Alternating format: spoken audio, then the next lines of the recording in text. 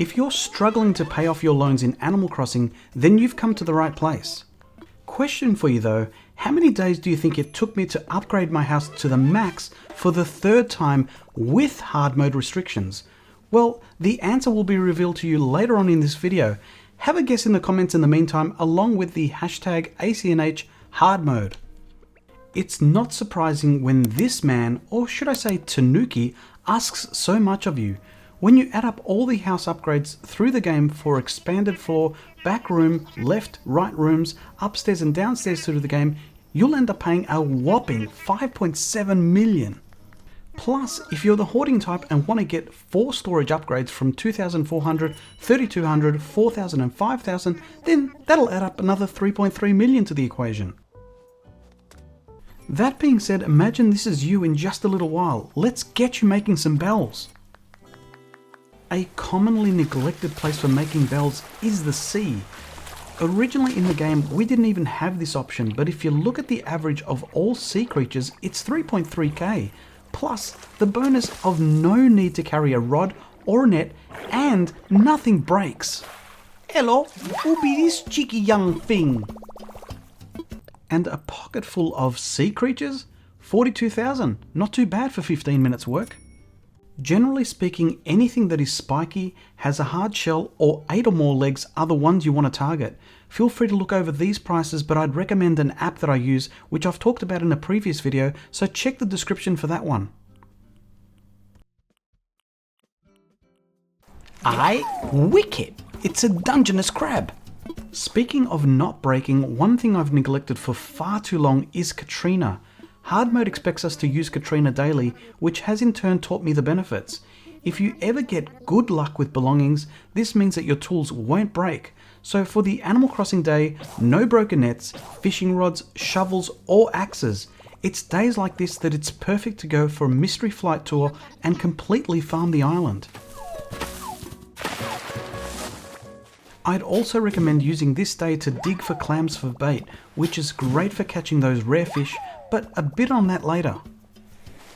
Still on Katrina for a bit more, if she does ever give you luck for health, this means that you'll double the energy for whatever you eat, so just be careful with it. You can use it to your advantage, but it could catch you unaware and break a rock that you might not have wanted to. You might be wondering, when is the best time to go bug hunting? Well, here's a chart to show you the bugs of 1,000 or more during the day. Feel free to take a screenshot for reference. Compared to the bugs that you can catch in the evening or night, what you might notice is just how many more there are during nighttime and just how much more valuable they are. Oh, and here are the good ones to catch 24/7. Same concept applies to fish. Pro tip, before you leave for a mystery flight or a cabin tour, drop your slingshot and your watering can. You won't need them and it'll give you extra space. Bonus pro tip, once you arrive on the island, switch into your wetsuit to give you 1 extra space back into your inventory. Also makes you ready for those sea creatures I'd mentioned earlier. It's worth mentioning too that on cabin tours you can arrive at different times of the year, so be prepared to catch bugs or fish that you'd normally not catch on your own island. If you're on a cabin tour that has heaps of palm trees, this is a great opportunity to move the trees into clusters. Remember that luck with health? Well, that comes in useful for this technique, as one fruit gives you 2 tree moves. I'd suggest putting them into groups of 3 with the middle one at the back for better visibility. The more valuable bugs can be tricky, particularly the golden stag. Firstly, press and hold the A button, which allows you to move while holding the net. The trick with them is to move when they move. When they stop moving, you stop moving. Release the A button to release your net to catch the critter. Booyah! 12k in the bank. This is better demonstrated with the Cyclomatus stag due to its size. However, when it comes to tarantulas and scorpions, when they rear up, you pause and continue walking when they relax, even if you don't feel very relaxed yourself. You do get about a second or more of creep time to get close enough to launch your own attack. Take that, scorpion! As mentioned earlier, the evening time is a great time to catch fish like this little beauty. He's worth 10,000 bells. And here's a recent sample of a haul that I had for one mystery flight. Not too bad. Earlier I'd asked in the video how long it took me to pay off my house in full. The answer is 42 days. I should have known, the answer is always 42, but this also includes paying off 7 co-op tenants at Halves Island for 700k, plus 3 bridges worth 434,000 and 2 inclines at 196,000, setting me back another 630,000. How did I do it? Well, I've more than hinted. When it comes to fish and bugs, I normally store them in my storage if I have space, or if you're doing hard mode, you might be accustomed to building walls of fish or bugs. CJ and Flick buy critters from you at 150% of the price, so this is an awesome way of getting money, hard mode or not. This pocketful is enough to pay for one loan alone. I didn't think that one through. Sold, CJ. Depending on when you play the game, you might be forced to sell items via the after hours drop box. This normally has items selling for 20% less, so 10 times sugarcane normally sells for 3,500 at 350 bells each item, and at 80% that's 280 each.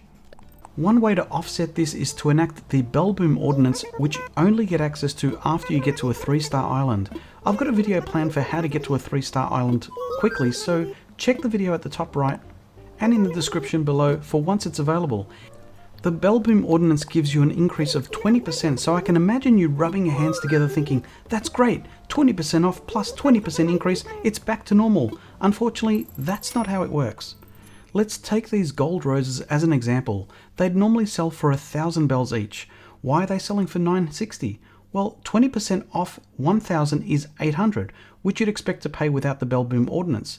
The game then adds 20% Bell Boom Ordinance to the 800, making it 960. So just keep that in mind. Flowers can be a great source of income, but if you're ever getting rid of some flowers, make sure you pluck them before you dig them up, as this will effectively double your profit. Gold roses are quite valuable at 1,000 bells each and easy enough to get. You just need to get your island to 5-star, which gets you a golden can, which if you haven't got that yet, basic flowers can also be used.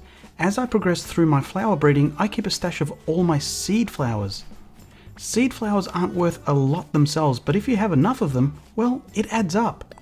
Seed flowers are only worth 40 bells each, but hybrids of different colours than these seed flowers fetch twice as much. Comparing basic seed colours to the more extravagant purple colours like the purple hyacinth sell for 240 bells each. Why do you think I wanted to breed them all so bad? Well, it's a challenge, but they also pay well. Prior in the video, I showed you the sea creatures and their worth, along with the bugs I like to catch. Here are my favourite fish I make bank on, so keep a watch for them next time you're fishing. I recently did a video on how to catch the Ranchu goldfish, which has got some extra tricks on how to get the fish to spawn, in particular in ponds. I'll leave it linked in the description below. If you're not doing hard mode, there are even more ways to make bells, so check this video out next. Welcome to the new channel members.